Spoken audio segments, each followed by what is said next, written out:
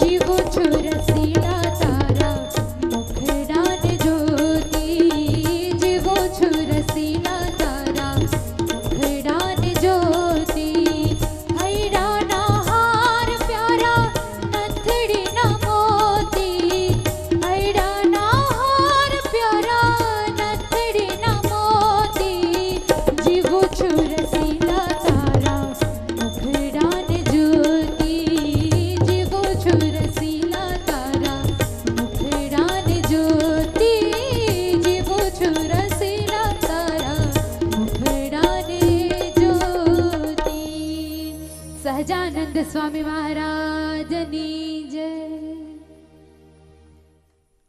આવો જ દર્શનનો વિયોગ એ ગોપીઓને પણ થયેલો.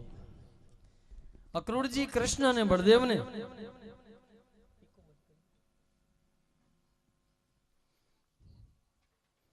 ગોકુળથી મથુરા લઈ ગયા. ઘણો સમય વ્યતીત થઈ ગયો.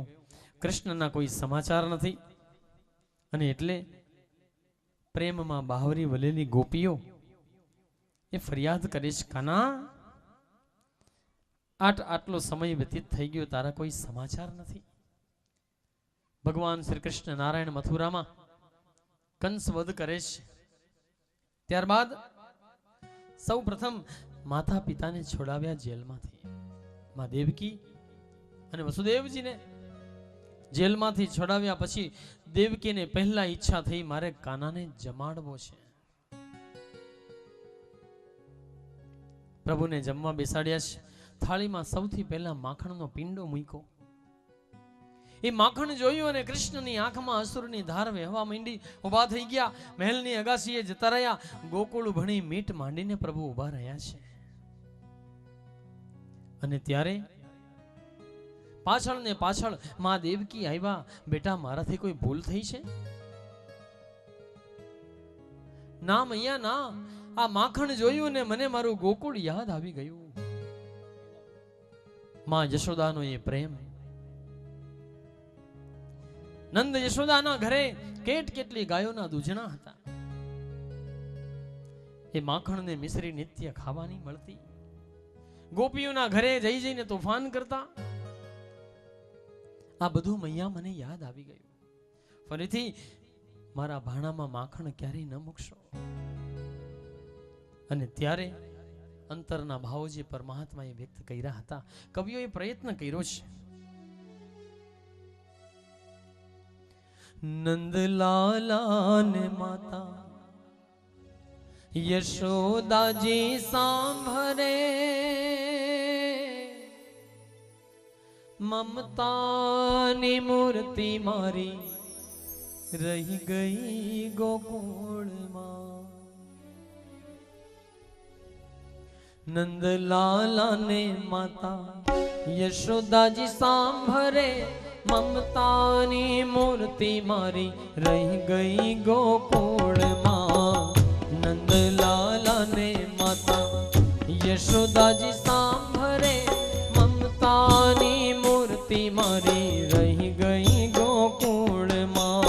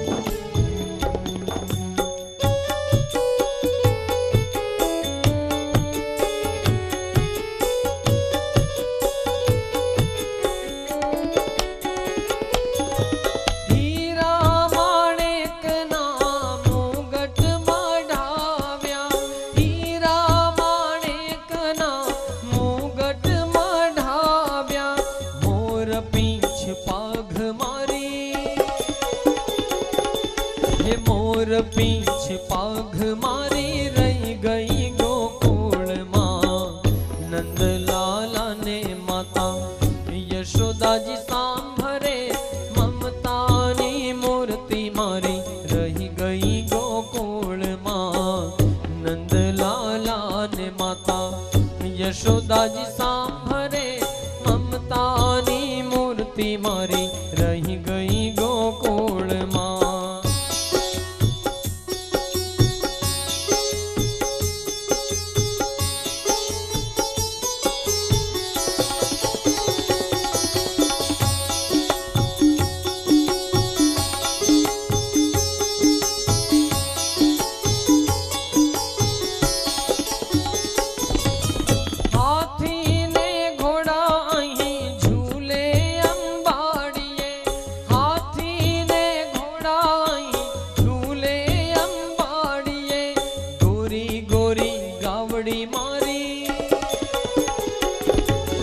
गोरी गोरी गावड़ी मारी